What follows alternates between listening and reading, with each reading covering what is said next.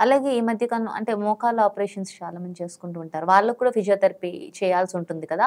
So, ఎంత కాలం చేయాలి surgery అయ్యాక? యాక్చువల్‌గా మోకాళ్ళ ఆపరేషన్ అంటే టీకేఆర్ అంటారండి. Total knee replacement. హ్మ్. ఇదేంటంటే ఆస్టియో ఆర్థరైటిస్ అటాక్ అయిన వాళ్ళకి, ఏజ్డ్ వాళ్ళకి ఎక్కువ వస్తుంటది.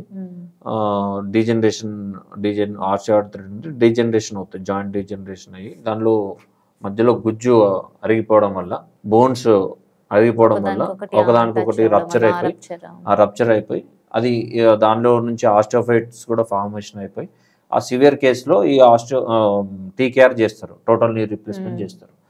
సో టోటల్ నీ రిప్లేస్మెంట్ చేసిన ఫ్రమ్ ది డే 2 నుంచి మనం స్టార్ట్ చేసుకోవచ్చు. డే 1 కూడా మీకు బెడ్ రిడన్ ఉన్నప్పుడు కూడా ఎక్సర్సైజ్ ఉంటాయి. ఇప్పుడు ఏంటంటే రోబోటిక్ టెక్నాలజీ వచ్చింది. ఆ రోబోటిక్ టెక్నాలజీ వచ్చిన తర్వాత ఫ్రమ్ ద డే 1 నుంచి కూడా స్టార్ట్ చేస్తున్నారు physio.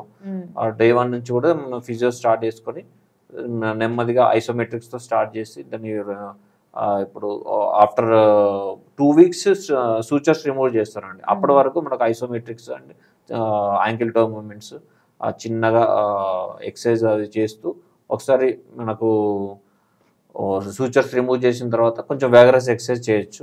వ్యాగరస్ exercise, range of motion exercise చేస్తూ నీ ఇంతకుముందు ఎలాగైతే ఉందో ఆ రేంజ్ ఆఫ్ మోషన్ని రిస్టోర్ చేయడానికి ఒక 15 to 20 days వరకు కోర్స్ ఉంటుందండి. అది depends upon condition and patient ability also.